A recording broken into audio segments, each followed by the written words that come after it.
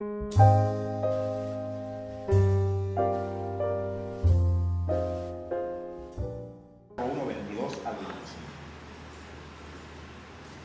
sed hacedores de la palabra y no tan solamente oidores, engañándoos a vosotros mismos.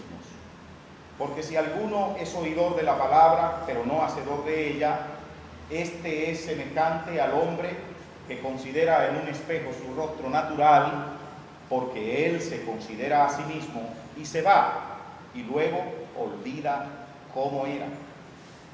Mas el que mira atentamente en la perfecta ley, la de la libertad, y persevera en ella, no siendo oidor olvidadizo, sino hacedor de la obra, éste será bienaventurado en lo que hace.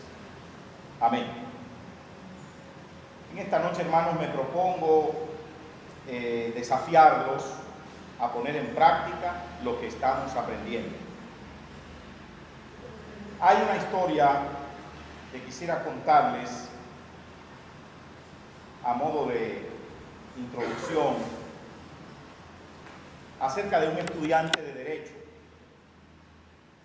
a quien le sucedió una experiencia en una clase con su profesor. Y esta historia, bien pudiéramos titularla una enriquecedora lección. Dice que una mañana un nuevo profesor de introducción al derecho entró a clase y lo primero que hizo fue preguntarle el nombre a un alumno que estaba sentado en la primera fila. ¿Cómo te llamas? Me llamo Juan, señor. Vete de mi clase y no quiero que vuelvas nunca más, gritó el desagradable profesor. Juan estaba desconcertado. Cuando reaccionó, se levantó torpemente, recogió sus cosas, salió de la clase. Todos estaban asustados e indignados, pero nadie dijo nada. Está bien, ahora sí, ¿para qué sirven las leyes? Seguíamos todos asustados, pero poco a poco comenzamos a responder la pregunta. Bueno, para que haya orden en nuestra sociedad. No, contestó el profesor. Para cumplirlas, dijo otro alumno. No, para que la gente mala pague por sus actos. Tampoco. Pero es que nadie sabrá responder a esta pregunta. Para que haya justicia, dijo tímidamente una chica. Por fin, eso es, para que haya justicia. Y ahora, ¿para qué sirve la justicia? Todos empezamos a estar molestos por la actitud tan grosera de aquel maestro. Sin embargo, seguíamos intentando dar respuestas a su pregunta.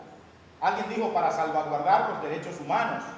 Bien, ¿y qué más? Dijo el profesor. Bueno, para discriminar lo que está bien de lo que está mal. ¿Alguien puede dar otra respuesta? Bueno, para premiar a quien lo hace bien.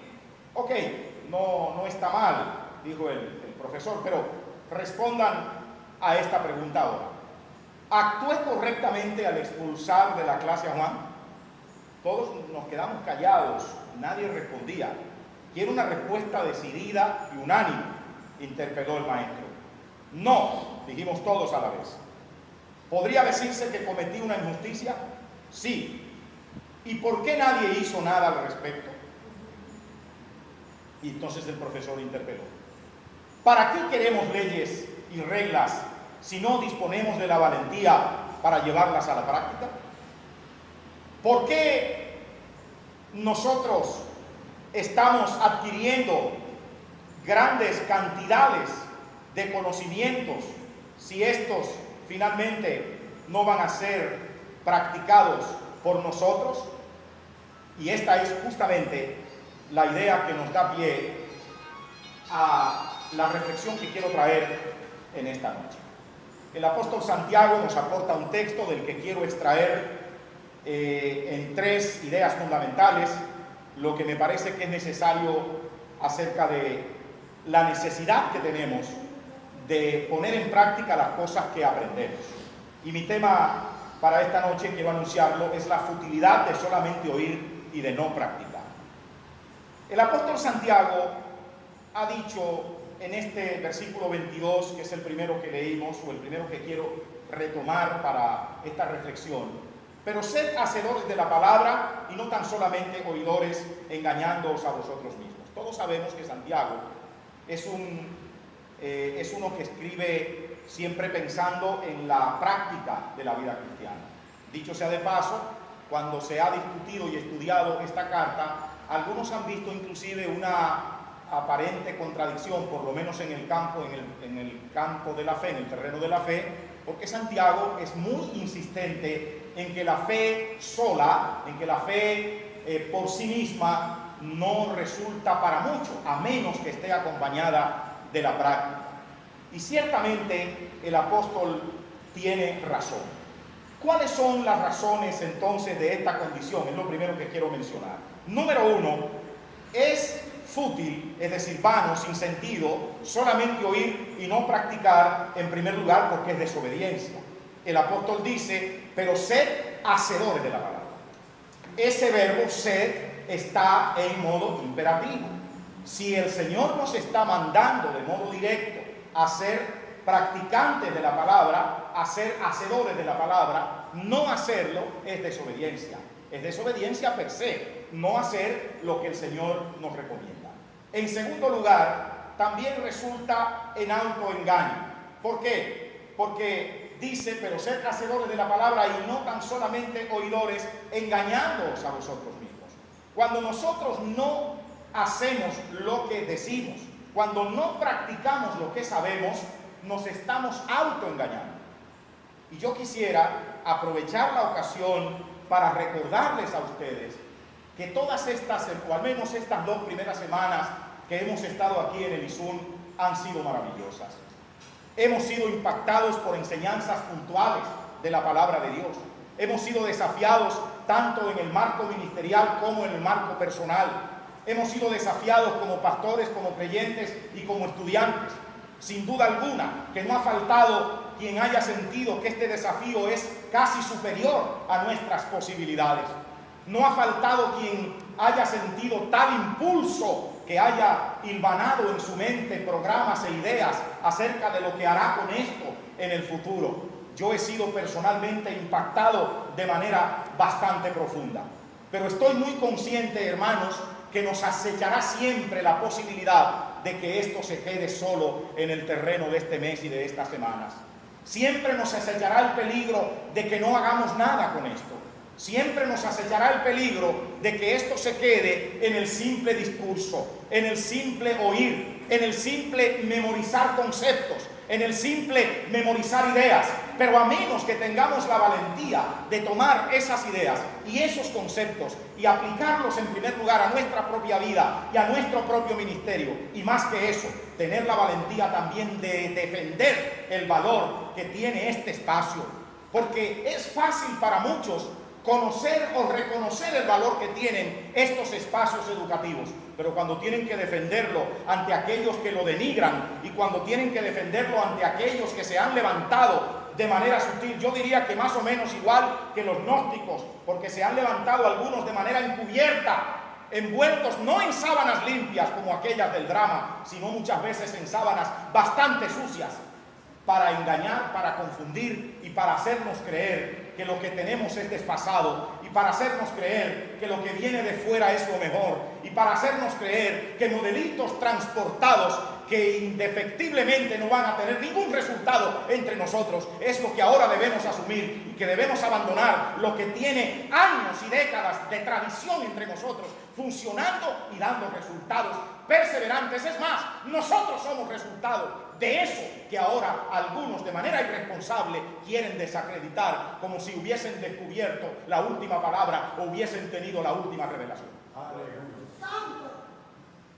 Me basta a mí entonces decirles que, en tercer lugar, esto denuncia una triste y lamentable condición, porque si alguno es oidor de la palabra pero no hacedor de ella, este es semejante al hombre que considera en un espejo su rostro natural, porque él se considera a sí mismo y se va y luego se olvida cómo era.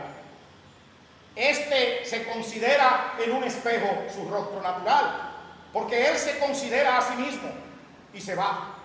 El problema es cuando se va.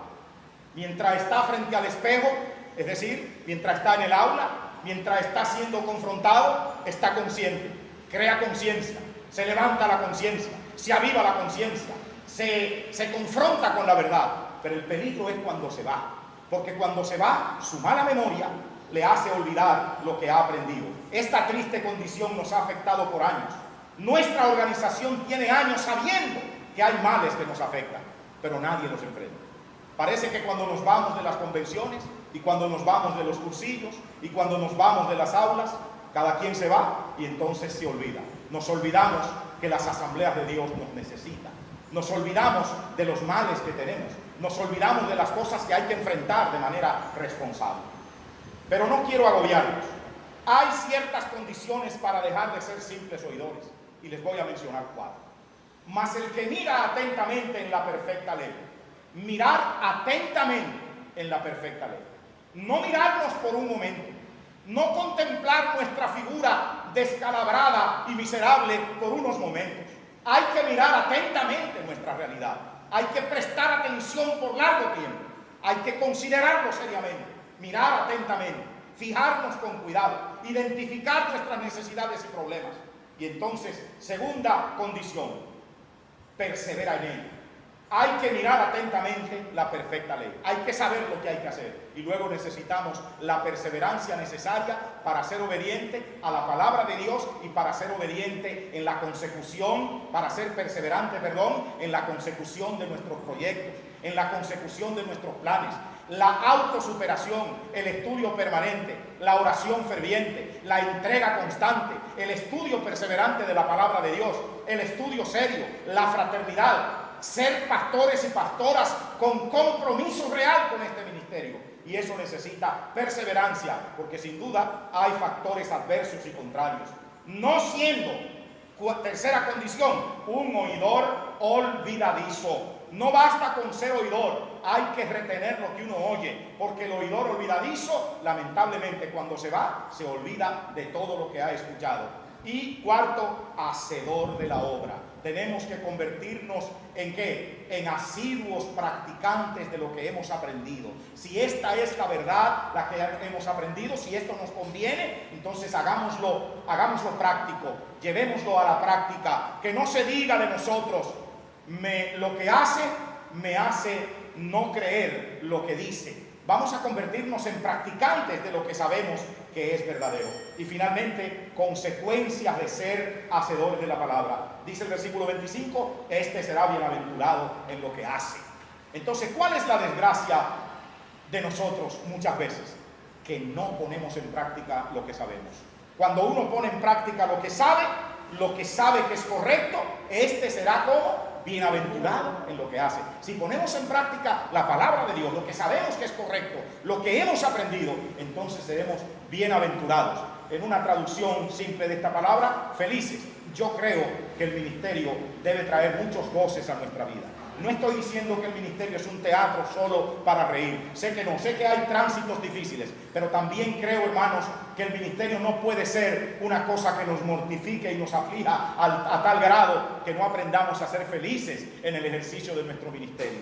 Pero la desobediencia, la falta de memoria, la falta de perseverancia, la incapacidad para mantenernos en un curso de acción, yo sé que es la razón por la que mucha gente ahora está frustrado. Aunque nosotros no queramos admitirlo, hay mucha parte del ministerio que no está disfrutando el ministerio. ¿Sabe por qué? Porque hace tiempo que dejó de oír cuáles son las razones básicas por las cuales estamos aquí. Hace mucho tiempo que olvidaron lo que son y olvidaron lo que es el ministerio. Pero yo espero que vosotros no seáis de ese modo. Así que estoy en esta noche llamándoles, estoy animándolos, estoy desafiándolos a que se conviertan en practicantes consuetudinarios de lo que han aprendido y de lo que seguirán aprendiendo durante las semanas que nos quedan en este seminario. Dios les bendiga. Amén. Los aplausos, por favor, los aplausos.